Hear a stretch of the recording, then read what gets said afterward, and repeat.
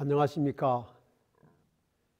청지기 세미나를 통해 동역자 여러분을 만나게 하신 하나님께 감사드리고 함께 해주시는 여러분을 환영합니다. 하나님의 은혜가 목사님들의 가정과 섬기시는 교회에 풍성히 임하기를 주님의 이름으로 축복합니다. 목회자로서 우리는 항상 청지기 직분의 중요성을 강조하고 신실한 청지기의 삶을 호소하는 위치에서 살아갑니다. 그런데 이것은 큰 특권인 동시에 조심해야 할 것이기도 합니다. 강조하고 가르치는 일을 계속하다 보면 자신에게 적용하고 실천하는 일을 소홀히 할 위험이 있기 때문입니다. 이번 세미나에서는 우리가 섬기는 성도들이 아니라 우리 자신을 깊이 살피는 경험을 통해서 한국재림교회를 함께 섬기는 여러분과 저의 청지기 정신과 삶이 이전보다 선명하고 충성스럽게 되기를 소망합니다. 저에게 허락된 3시간 동안 엘리야의 경험을 바탕으로 목회자인 우리가 청지기 정신과 사명을 바르게 감당하기 위해 반드시 극복해야 할 3가지 함정과 유혹에 대해 말씀드리려고 합니다. 오늘은 그 첫 번째로 현실 집착에 대해 말씀을 나누도록 하겠습니다. 먼저 열왕기상 19장 1절부터 3절 말씀을 읽겠습니다. 아합이 엘리야가 행한 모든 일과 그가 어떻게 모든 선지자를 칼로 죽였는지를 이세벨에게 말하니 이세벨이 사신을 엘리야에게 보내어 이르되 내가 내일 이맘때에는 반드시 내 생명을 저 사람들 중 한 사람의 생명과 같게 하리라. 그렇게 하지 아니하면 신들이 내게 벌 위에 벌을 내림이 마땅하니라 한지라. 그가 이 형편을 보고 일어나 자기의 생명을 위해 도망하여 유다에 속한 브엘세바에 이르러 자기의 사환을 그곳에 머물게 하고. 열왕기상 17장과 18장의 엘리야는 하나님이 맡긴 모든 일을 완벽하게 수행하는 이상적인 청지기입니다. 아합의 왕궁에서 시작해서 그릿시내와 사르밧을 거쳐 갈멜산에 이르기까지 실패도 실망도 좌절도 패배도 하지 않는 그야말로 승승장구 천하무적의 청지기입니다. 그런 엘리야가 방금 읽은 19장에서는 완전히 다른 사람이 됩니다. 도망치고 죽게 해달라고 떼쓰고 하나님 앞에서 거듭 변명합니다. 17장, 18장의 엘리야와는 달라도 너무 달라서 어제의 엘리야라고 믿을 수가 없을 정도입니다. 어쩌다가 그토록 이상적이던 선지자가 이렇게 이상한 선지자가 되었을까요? 열왕기상 19장 3절에 그 이유가 이렇게 기록되어 있습니다. 그가 이 형편을 보고 일어나 자기의 생명을 위해 도망하여. 엘리야가 도망치는 이유가 무엇이라고 했습니까? 형편을 보았기 때문입니다. 어떤 형편입니까? 이세벨이 사자를 통해 전한 메시지. 내가 내일 이맘때에는 반드시 내 생명을 저 사람들 중 한 사람의 생명과 같게 하리라는 형편입니다. 도망칠 만한 형편입니까? 얼핏 보면 그런 것도 같습니다. 세상에서 가장 독하고 힘센 여자가 죽이겠다고 하니 말입니다. 하지만 정신을 차리고 제대로 보면 전혀 그렇지 않습니다. 우선 죽이겠다는 기별은 처음 듣는 것도 새삼스러운 것도 아닙니다. 엘리야는 이미 3년 반 동안 지명수배 중이었기 때문입니다. 잡히면 죽는다는 것은 온 이스라엘이 다 아는 상식이었고 엘리야에게도 마찬가지였습니다. 그 사실을 알았지만 그동안 엘리야는 눈도 깜짝하지 않았습니다. 이세벨의 메시지에 새로운 것이 있다면 내일 이맘때라는 구체적인 시간이 추가된 것입니다. 그런데 여러분, 이상하지 않습니까? 내일 이맘때까지 죽이겠다고 알려주는 것이 정말 죽이겠다는 말일까요? 죽일 작정이라면 자객을 보낼 일이지 왜 사자를 보낼까요? 이세벨처럼 똑똑하고 독한 여인이 이렇게 허술한 것은 이상하지 않습니까? 이세벨은 아합으로부터 그날 갈멜산에서 있었던 일을 자세히 전해 들었습니다. 엘리야가 기도했을 때 하늘에서 불이 내려와서 제물과 제단을 태운 일이며, 바알의 선지자 450명이 몰살당한 일이며, 엘리야가 기도했을 때 3년 반 동안 닫혔던 하늘이 열리고 비가 쏟아진 일이며, 엘리야가 아합의 마차 앞서 달린 것 등 모든 일을 세세하게 들었습니다. 이 모든 이야기를 들은 이세벨은 자신이 엘리야를 죽이지도 이기지도 못한다는 사실을 분명히 깨달았을 것입니다. 하지만 회개할 마음이 전혀 없는 이세벨이 최후의 발악으로 내일 이맘때까지는 죽이겠다는 미끼를 던져본 것입니다. 행여라도 엘리야가 물고 도망가기를 기대하면서 말입니다. 그런데 엘리야가 그 함정에 빠져 도망을 친 것입니다. 이세벨의 협박이라는 현실에 집착한 나머지 자신에게 절대 유리한 상황을 잘못 판단한 것입니다. 바로 그날 갈멜산에서 영광스러운 승리를 주신 하나님 대신 엘리야는 이세벨이 보낸 편지라는 현실에 사로잡힌 사람이 되었습니다.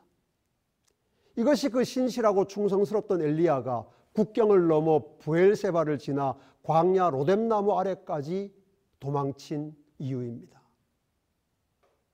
한없이 신실하던 청지기 엘리야가 한순간에 도망자가 된 까닭은 원수의 치명적인 공격 때문이 아니라 눈앞의 현실에 집착해서 상황을 잘못 판단했기 때문입니다. 엘리야가 보이는 현실에 집착하지 않았다면, 보이지 않는 하나님을 생각했다면 얼마든지 그 상황을 정확하게 판단할 수 있었을 것입니다.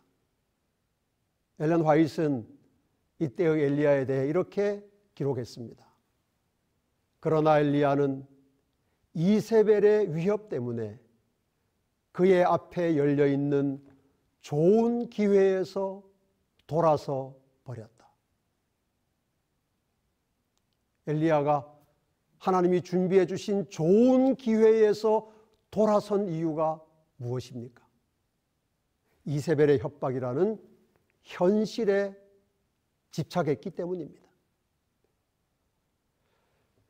이처럼 현실 집착은 모세와 함께 구약시대를 대표하는 청지기인 엘리야를 한순간에 무너지게 할 정도로 위험하고 치명적인 함정입니다.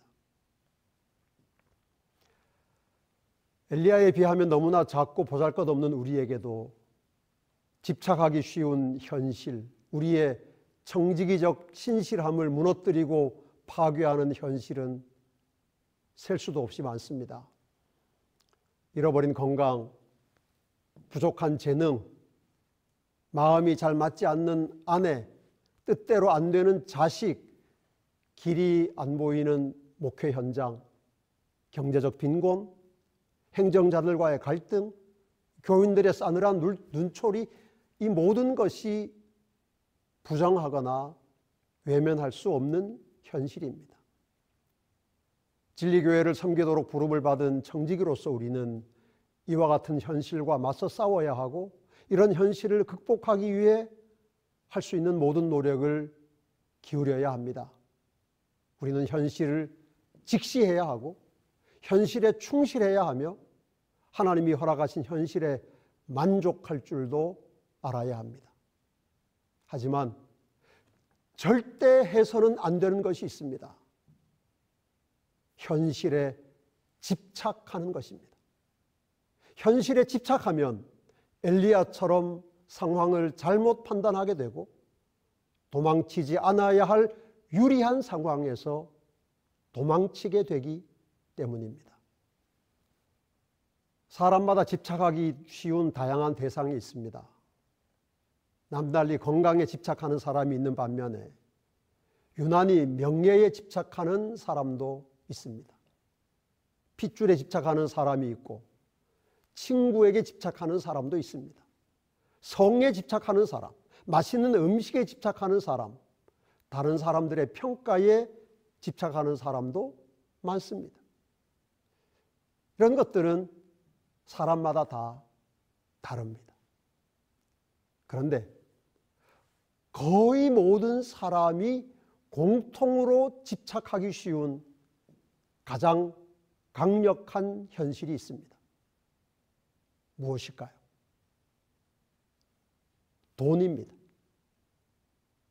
가장 현실적이고 가장 실용적이며 가장 효과적이고 가장 위력적인 것이 돈이기 때문입니다. 목회자인 우리에게도 돈은 필요한 것이고 유익한 것이고 소중한 것입니다. 그래서 돈을 벌어야 하고 돈을 저축해야 하고 돈을 잘 사용해야 합니다. 하지만 절대 해서는 안 되는 것이 있습니다. 돈이라는 현실에 집착하는 것입니다. 돈이라는 현실에 집착하면 엘리야처럼 하나님께서 맡기신 청지기 사명을 소홀히 여길 위험이 크기 때문입니다. 잠언 4장 23절 말씀을 기억하시는지요? 무릇 지킬 만한 것보다 더욱 내 마음을 지키라. 마음을 지킨다는 것은 하나님과의 관계를 파괴하는 것들이 우리의 마음에 들어오지 못하게 막는 것입니다. 우리 시대에 가장 정신을 차리고 해야 할 일은 돈에 대한 생각, 돈에 대한 집착이 우리 마음을 지배하지 못하도록 하는 것입니다. 돈은 너무나 위력적이고 현실적이기 때문에 한번 마음의 자리를 잡으면 마음에서 몰아내기가 너무나 힘듭니다. 그래서 우리가 애써 지켜내지 않는다면 우리의 마음밭을 금세 돈 생각으로 뒤덮고 맙니다. 제가 들은 참으로 슬픈 이야기가 있습니다. 우리와 함께 목회 사역을 한 분의 이야기입니다. 젊은 나이에 주식으로 평생 쓸 큰 돈을 번 청년이 있었습니다.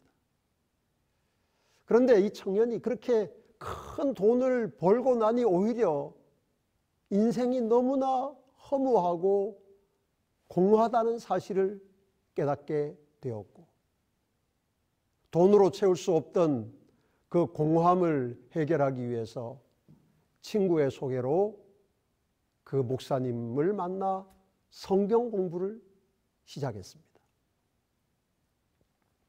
그런데 이 목사님이 청년과 성경 공부를 하기 위해서 만날 때마다 주식 투자를 어떻게 해야 성공하는지, 어떤 종목을 사는 것이 전망이 있는지 자꾸 물어보는 것입니다.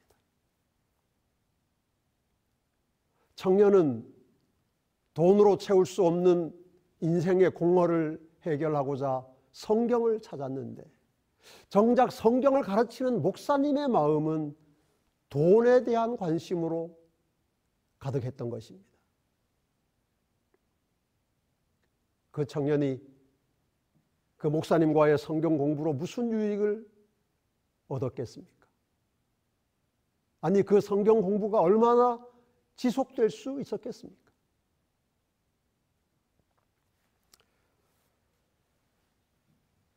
더 슬픈 이야기가 있습니다. 저의 이야기입니다. 2005년 무렵에 제가 고양시에 있는 세원고등학교 교목으로 섬겼습니다. 그런데 그때 무슨 이유였는지는 제가 기억이 잘 나지 않지만 아무튼 경제적으로 매우 어려운 상황이었습니다. 상당한 기간 동안 돈 생각만 했습니다. 여러분, 목사가 돈 생각만 하는데 설교가 제대로 되겠습니까? 성도들의 영적 성장에 관심을 기울이겠습니까? 교인들에게 들키지는 않았는지 모르지만 당시에 저는 이름만 목회자였습니다. 어느 날 교사 교인 몇 가정과 한적한 시골에서 주말 기도회를 했습니다. 1박 2일 프로그램을 아무렇지도 않은 척 제가 준비하고 진행하고 그랬지만 돈 생각으로 가득한 제 마음에는 기쁨도 감동도 만족도 없었습니다. 경제적으로 별 어려움 없이 사는 우리 교사 교인들이 부럽다는 생각이 들었습니다. 기도회를 마치고 돌아오는 길에 제가 운전석에 앉았습니다. 교인들과 이야기 나누기가 싫었기 때문입니다. 그런데 기도회에서 은혜를 많이 받은 교인들이 즐겁게 찬미를 불렀습니다. 그런데 제가 그때 정말 놀라운 경험을 했습니다. 교인들의 찬미 소리에 짜증이 나더라는 것입니다. 여러분, 목사가 돈 생각 가득하면 교인들의 영적 생활이 기쁘지 않고 짜증이 납니다. 이게 무슨 목사입니까?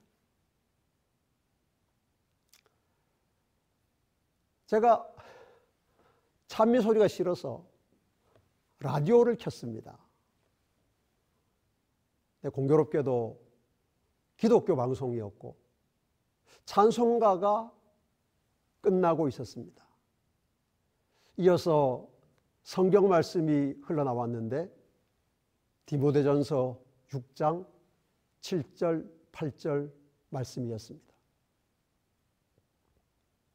우리가 세상에 아무것도 가지고 온 것이 없음에 또한 아무것도 가지고 가지 못하리니 우리가 먹을 것과 입을 것이 있은즉 족한 줄로 알 것이니라.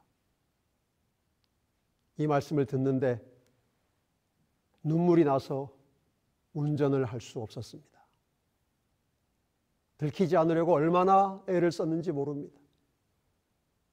돌아오는 길 내내 회개하고 그날 하나님의 은혜로 돈에 대한 집착에서 벗어났습니다. 그 후로 더 어려운 적도 있었고 여전히 돈 걱정을 하지만 집착하지는 않습니다. 먹을 것과 입을 것이 있기 때문이고 그 이상을 하나님이 약속하신 적이 없기 때문입니다. 돌아보니 37년 동안 한 끼도 굶지 않았고 옷 벗고 다닌 적도 없고 아이들도 키웠습니다. 아직 집은 없지만 은퇴 후에도 먹고 입을 걱정은 하지 않아도 됩니다. 이것은 한국 재림교회를 섬기는 모든 목회자에게 주어지는 같은 은혜입니다. 우리 목회자들보다 힘들고 어려운 성도들이 얼마나 많습니까? 그런데 우리가 돈에 집착한다면 하나님과 성도들에게 얼마나 부끄러운 일이겠습니까? 엘렌 화이트는 유다가 실패한 원인을 이렇게 기록했습니다. 돈에 대한 애착이 그리스도께 대한 그의 사랑을 능가했다. 한 가지 죄의 노예가 됨으로 인해 그는 자기 자신을 사탄에게 맡기게 되어 그같이 깊은 죄에까지 빠지게 되었다. 예수께서는 유다에게 병자를 고치고 귀신을 쫓아낼 능력을 주셨다. 그러나 유다는 자기 자신을 그리스도께 완전히 복종시키는 경지에 이르지 않았다. 그는 세속적인 야망과 돈에 대한 사랑을 포기하지 않았다. 유다의 문제는 예수님을 사랑하지 않은 것이 아니라 예수님보다 돈을 더 사랑한 것, 즉 돈에 대한 집착이었습니다. 우리도 같은 위험에, 아니 유다보다 훨씬 더 심각한 위험에 노출되어 있습니다. 돈의 힘이 유다의 때보다 지금 훨씬 크고 강력하기 때문입니다. 그래서 큰 부담을 무릅쓰고 동역자 여러분께 제가 주제넘은 말씀 드리는 것을 용납해 주시기 바랍니다. 우리가 목회자로 살아가는 동안 가족이 아닌 사람과는 돈 이야기를 하지 맙시다. 돈 얘기는 하는 자신에게나 듣는 사람에게나 유익한 경우가 거의 없기 때문입니다. 우리가 아무리 열심히 돈 이야기를 한들 한 푼도 생겨나지 않을 뿐 아니라 목회자로서의 품격만 떨어질 뿐입니다. 할수록 손해인 것이 돈 이야기입니다. 저는 목회자가 가족 아닌 사람에게 돈 이야기를 해야 할 유일한 때가 있다면 성경을 펴고 있을 때라고 생각합니다. 하나님의 뜻대로 돈을 사용하도록, 하나님께 돈을 드리도록 가르치고 권면하는 것 외에는 돈 이야기를 할 필요가 없습니다. 이것이 목회자 청지기의 영성과 품격을 지키는 길이라고 저는 생각합니다.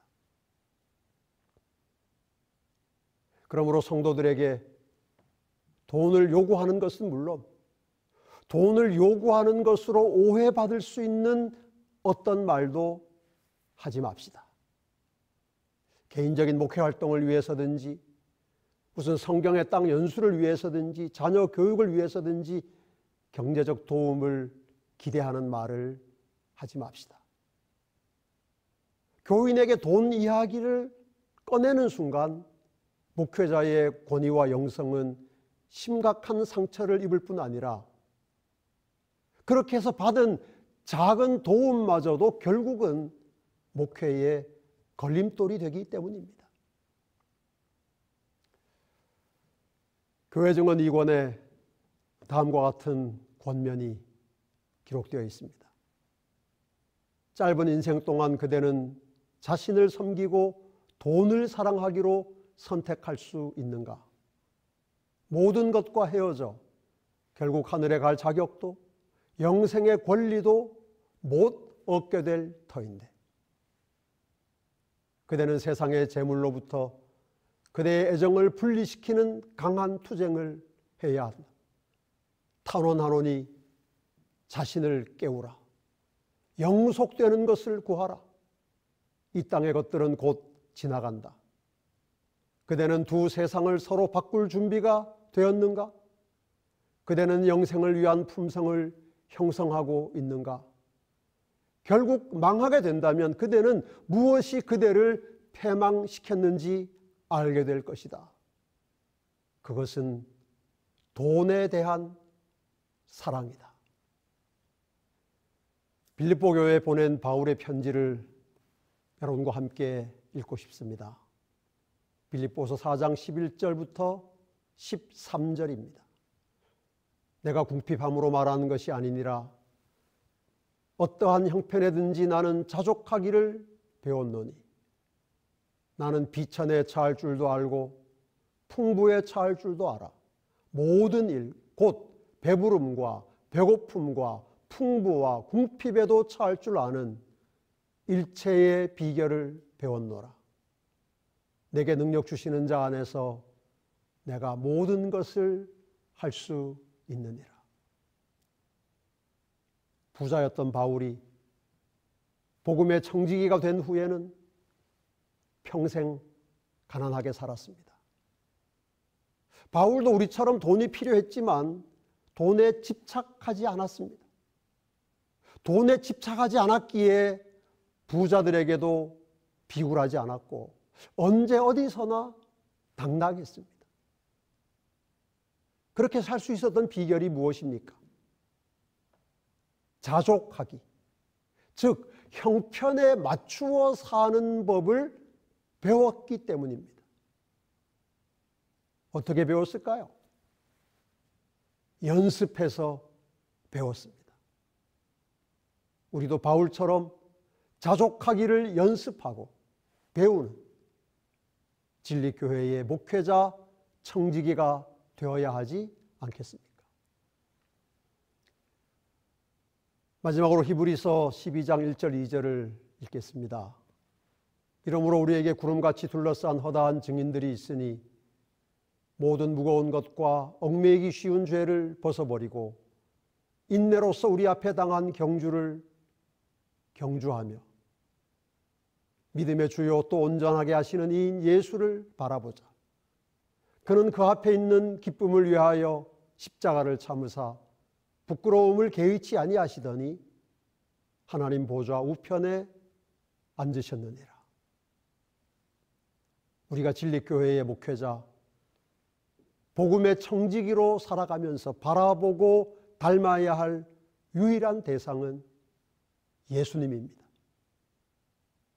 세상에서 우리 앞서 믿음의 경주를 하시는 동안 예수님은 그 어떤 현실에도 집착하지 않으셨습니다. 복잡한 가족관계라는 현실, 나사렛 출신이라는 현실, 머리 둘 곳 없는 가난이라는 현실, 끝없이 시기하고 질투하는 제자들이라는 현실, 몰려왔던 군중이 당신을 떠나가는 현실에 집착하지 않으셨습니다. 심지어 겟세마네에서 드린 3번의 간절한 기도를 아버지 하나님이 외면하신 현실에도 예수님은 집착하지 않으셨습니다. 보이는 현실이 전부가 아니라는 사실을 아셨고 현실 너머에 있는 현실보다 확실한 보람과 기쁨을 아셨기 때문입니다. 사랑하고 존경하는 목회자 여러분, 우리는 예수님을 바라보고 예수님을 따라가고 예수님을 닮아가는 청지기가 됩시다. 현실을 직시하고 현실에 충실하며 하나님이 허락하신 현실에 만족할 줄 아는 청지기가 됩시다. 현실적인 목회자, 현실적인 청지기가 됩시다. 그리고 우리가 맞닥뜨리는 어떤 현실에도 집착하지 맙시다. 현실 너머에 있는 영원한 상급을 바라보며 착하고 충성된 청지기로 살아가는 한국재림교회를 섬기는 여러분과 제가 되기를 소원하면서 오늘 말씀을 마치겠습니다.